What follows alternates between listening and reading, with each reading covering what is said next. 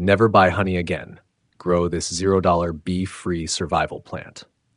If you look around a modern homesteader's property today, you'll see a beautiful illusion of independence. We grow our own heirloom tomatoes, we raise our own backyard flocks for eggs, and we've all mastered the art of sourdough bread.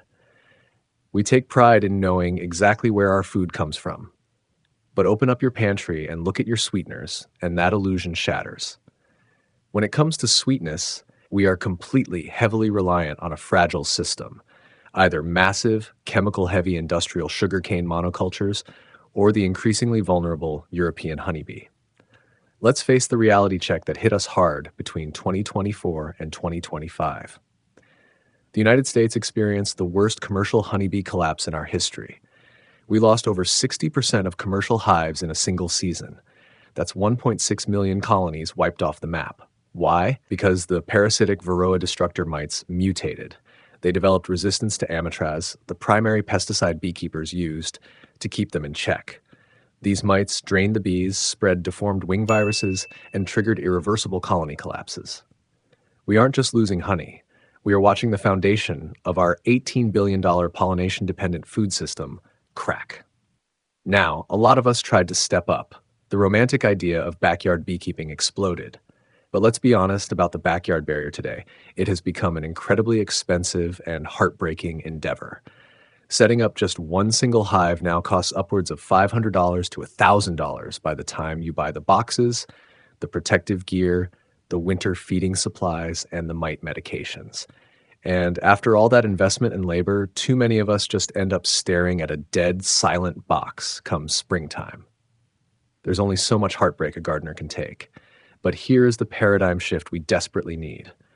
What if true self-sufficiency doesn't mean forcing a struggling, parasite-threatened insect to make our food? What if nature already solved this problem millions of years ago? Imagine stepping out onto your patio or into your garden to harvest from a rugged, zero-maintenance bush, a plant that produces a rich, golden, medicinal honey substitute year-round, without a single bee, without a single sting, and for the cost of a $15 nursery plant. This isn't a science fiction lab creation. This is a forgotten botanical giant, and it's about to change how we think about our gardens. Let me introduce you to Cyclopia, better known to the world as the honeybush. Now, if you're a gardener who is used to coddling your heirloom tomatoes with expensive compost tea or agonizing over the exact moisture levels in your raised beds, prepare to have your mind blown. The honeybush is not a pampered garden darling. This is a rugged, ancient survivor. It hails exclusively from the fynbos biome in the Cape Floral region at the southernmost tip of Africa. To put that into perspective, this tiny remote strip of coastline is a floral kingdom all on its own, boasting more plant diversity than the entire UK, Germany, and France combined. But the environment there is absolutely brutal. The soil is sandy, highly acidic, and completely stripped of nutrients. The summers are punishingly dry. In fact, the fynbos is a fire-dependent ecosystem. The honeybush is so unbelievably tough that its seeds have an armor-like coating. They will literally sit in the dirt for decades, completely dormant, just waiting for the intense heat and specific chemical smoke signals of a raging wildfire to trigger their germination. It is a plant literally born from fire and forged by extreme stress. So what does this mean for your backyard permaculture setup? It means honeybush is the ultimate zero-input garden hack. It is the absolute dream crop for the hands-off gardener or anyone out there currently cursing their poor, rocky, unworkable soil. Here's the craziest part. If you plant this bush in rich, heavily amended potting soil, you will actually ruin the harvest.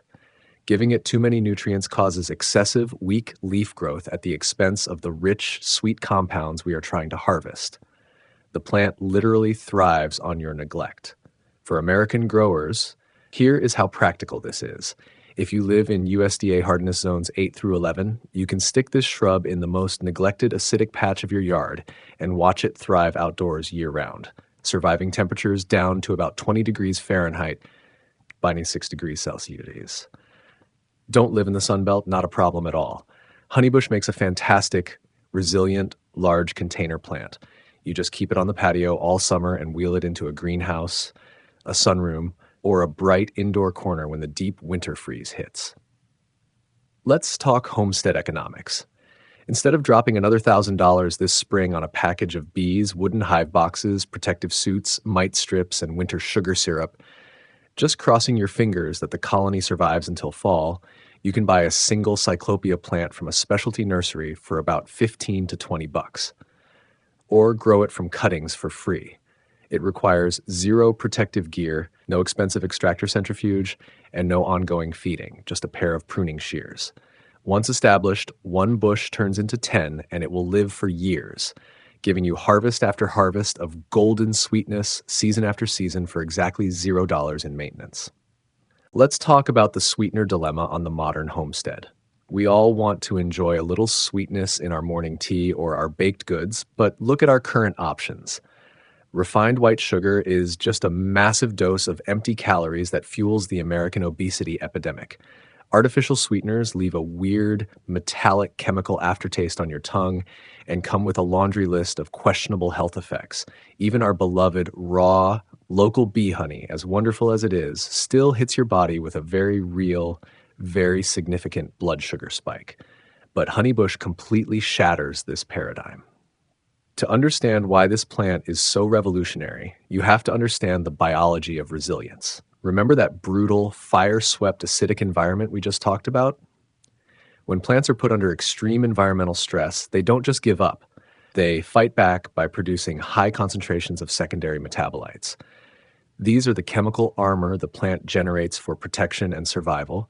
And in the case of the honeybush, those exact defense molecules just happen to be what gives the plant its incredible golden color, its medicinal properties, and its deep, rich, honey-like sweetness. When you grow this bush on your patio, you aren't just growing a sugar substitute. You are growing a world-class, self-sufficient apothecary. Let's break down the heavy hitters in this botanical medicine cabinet because the science here is staggering. First, you have mengiferin. In 2017, researchers literally dubbed this a miracle bioactive compound. Why? Because this single molecule acts as an antioxidant, an antimicrobial, an anti-allergen, and an immune modulator. It's essentially doing the heavy lifting that most pharmaceutical companies would split up into half a dozen different plastic pill bottles. Then there is hesperidin, a potent flavonone with heavily documented anti-inflammatory effects. If you're out chopping wood or hauling compost all day, having a natural anti-inflammatory growing by your back door is worth its weight in gold. But here is the absolute game changer for the American diet, a naturally occurring cyclitol called pinnitol. Pinnitol does something almost magical inside the human body. It actually mimics the action of insulin. It actively helps your cells absorb glucose directly from your bloodstream without requiring your body to produce extra insulin. For the millions of Americans navigating diabetes, pre-diabetes, or just trying to manage their metabolic health, this isn't just a neat garden trick. It is a profound, life-altering molecule. And as if that wasn't enough, pinnitol is also a powerful natural expectorant. When the winter cold and flu season hits the homestead, you don't need to run to the pharmacy for cough syrup. You just step outside, clip a few stems of your honeybush, and steep it. When you brew those leaves, stems, and yellow flowers, these bioactive compounds dissolve directly into the water. What you get is a naturally sweet drink that has zero caffeine, virtually zero bitter tannins, zero fat, and no blood sugar spiking fructose. Every other widely available sweetener on Earth forces you to compromise. Honeybush is the only plant that delivers rich, satisfying sweetness while actively delivering compounds that support your metabolic and immune health at the exact same time. It is a pharmacy and a sugar bowl, all wrapped up in one resilient, easy-to-grow shrub. If this plant is an absolute powerhouse of flavor, medicine, and resilience, the obvious question is, why isn't it growing in every backyard from Texas to Ohio? Why is it that if you walk into any grocery store in North America, you almost certainly won't find a single jar of honeybush syrup on the shelf? The answer isn't a failure of botany. It's a failure of imagination. It's a story about the hubris of modern agriculture and a profound historical blind spot that we, as modern homesteaders, need to learn from. To understand why the world forgot about honeybush, we have to look at the people who understood it best, the indigenous Khoi and San peoples of South Africa, collectively known as the Khoisan. These are among the oldest continuous human populations on Earth, with genetic roots stretching back at least 30,000 years. For centuries, possibly millennia, they didn't need to domesticate a stinging insect to get their sweetness. They simply walked into the rugged mountains and harvested wild Cyclopia. But they weren't just foraging for a sugar rush. The Khoisan possessed a highly sophisticated pharmacological tradition. Long before Western medicine had clinical names for what they were treating, the Khoisan were using honeybush for severe respiratory illnesses like asthma and chronic catarrh. They brewed it to soothe digestion after heavy meals. They gave it to nursing mothers to support milk production and restore strength postpartum. They even used it as an anti-inflammatory wash for skin conditions and aching joints, something modern science is only just now confirming in laboratories. The locations of the best wild stands and the precise methods of preparation were family secrets, guarded and passed down through generations of oral tradition. Then, in 1652, the European colonists arrived. The Dutch East India Company set up shop in what would become Cape Town, and European botanists quickly began cataloging the local flora. They actually documented the honeybush as early as 1705. Carl Peter Thunberg, a student of the legendary Carl Linnaeus, wrote about it in detail in the 1770s. So they knew it existed. They knew it was sweet. They knew the indigenous people used it as medicine. But here is the critical mistake that shaped the next 300 years of global agriculture. The colonial economy had absolutely no framework for valuing a wild, rugged bush. Honeybush didn't fit their neat, orderly European model of row crop agriculture. Because the colonists viewed the indigenous Khoisan as primitive, they entirely dismissed their botanical wisdom. Instead of adapting to the landscape and utilizing the incredible zero-maintenance sweetener that was already thriving there, the Dutch and the British did what the agricultural industrial complex still does today. They forced a foreign system onto the land. They imported the European honeybee. They built an entire commercial economy around a model of sweetness that required boxes, frames, extractors, and constant management. The indigenous knowledge wasn't destroyed, but it was pushed to the extreme margins, relegated to rural traditional medicine while imported sugar and commercial bee honey took center stage. For the modern American homesteader, this history is a massive wake-up call. We suffer from this exact same blind spot today. We constantly try to force fragile, imported European farming methods onto our landscapes, like desperately trying to keep a hive of disease-prone bees alive through a brutal winter, when we should be looking for resilient, plant-based alternatives. We have been conditioned to believe that sweetness requires a beekeeper's suit and a centrifuge. It doesn't. We have let a 300-year-old colonial bias keep one of the greatest natural sweeteners on Earth out of our gardens. It is time we decolonize our approach to self-sufficiency and start growing smarter. If you have ever actually harvested your own backyard honey, you know the dark, sticky truth that nobody talks about on Instagram. Extracting honey is an absolute unavoidable mess. You're dealing with furious bees, heavy supers, uncapping knives, wax capping stuck to your boots, and a $300 stainless steel centrifuge taking up half your garage.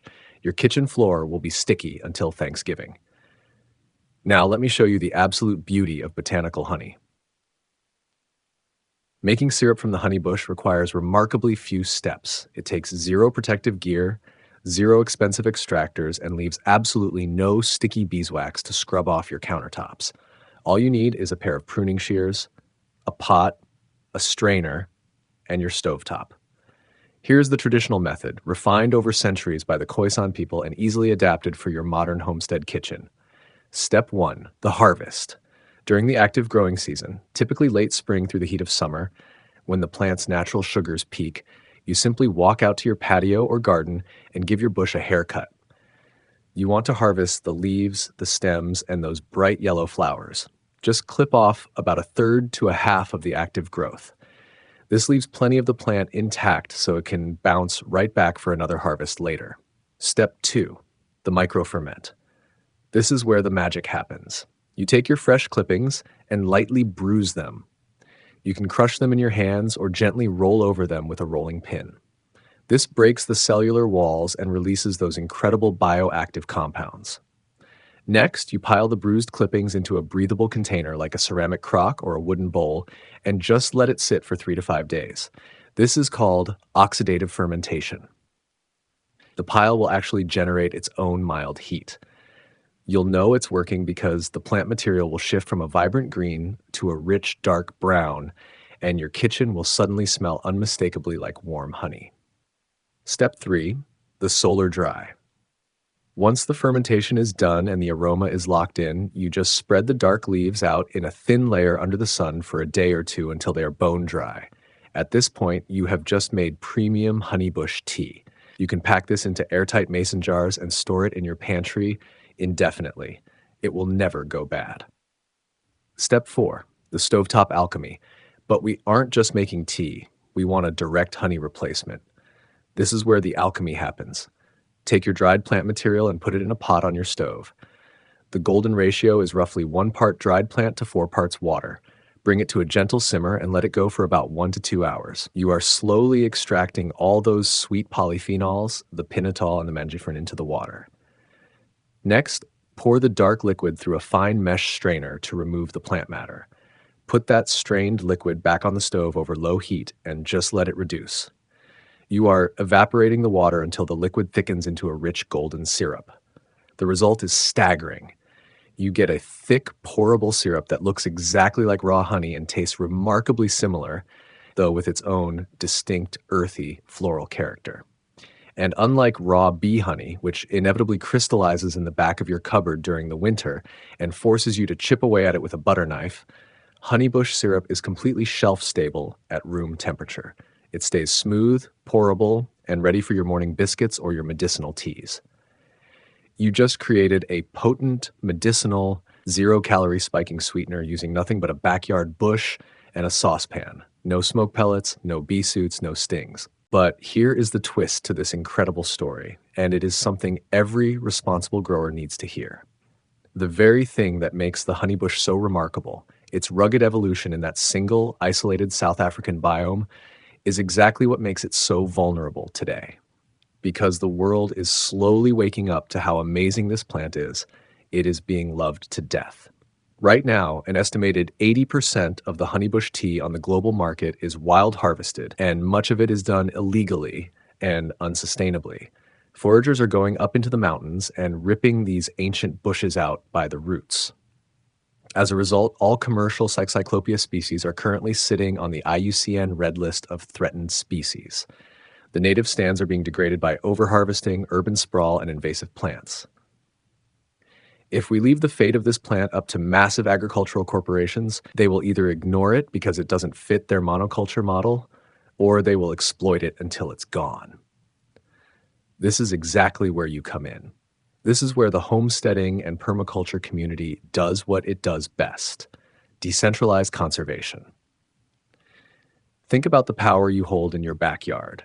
When you order a packet of Cyclopia seeds or buy a cutting from a reputable specialty nursery and you plant it in a pot on your patio in Texas or in your backyard greenhouse in Ohio, you are doing something profound. You aren't just securing a free, healthy, bee-less sweetener for your family. You are literally creating a living, decentralized seed bank. You are taking the pressure off the wild fynbos biome. Every single jar of golden syrup you simmer down on your kitchen stove is one less jar demanded from the fragile, endangered populations in South Africa. The 2024 to 2025 commercial bee collapse was a massive warning shot across the bow of our food system. We cannot keep relying on a single, fragile, parasite-threatened insect to hold up the entire agricultural world. I am not saying we should stop keeping bees or stop fighting to save them. We absolutely must. But true self-sufficiency means we stop putting all our eggs in one fragile wooden hive box. We must diversify our gardens and our pantries. We need to look past the 300 years of colonial hubris that ignored indigenous wisdom. We need to stop forcing nature to fit our industrial molds and start planting the incredibly resilient solutions that nature has already perfected. The honeybush has been producing sweetness and medicine without a single pollinator for millions of years. The botanical knowledge has been waiting for us in the scientific record since 1705. The plant is ready. The only barrier left is the one you just removed by watching this. If this story changed the way you look at your garden, the potential of your pantry, and the future of our food supply, please hit that subscribe button and give this video a like. Share it with another gardener who is tired of losing their hives every winter. We are dedicated to digging up the forgotten plants, the lost indigenous wisdom, and the resilient skills that the industrial world left behind.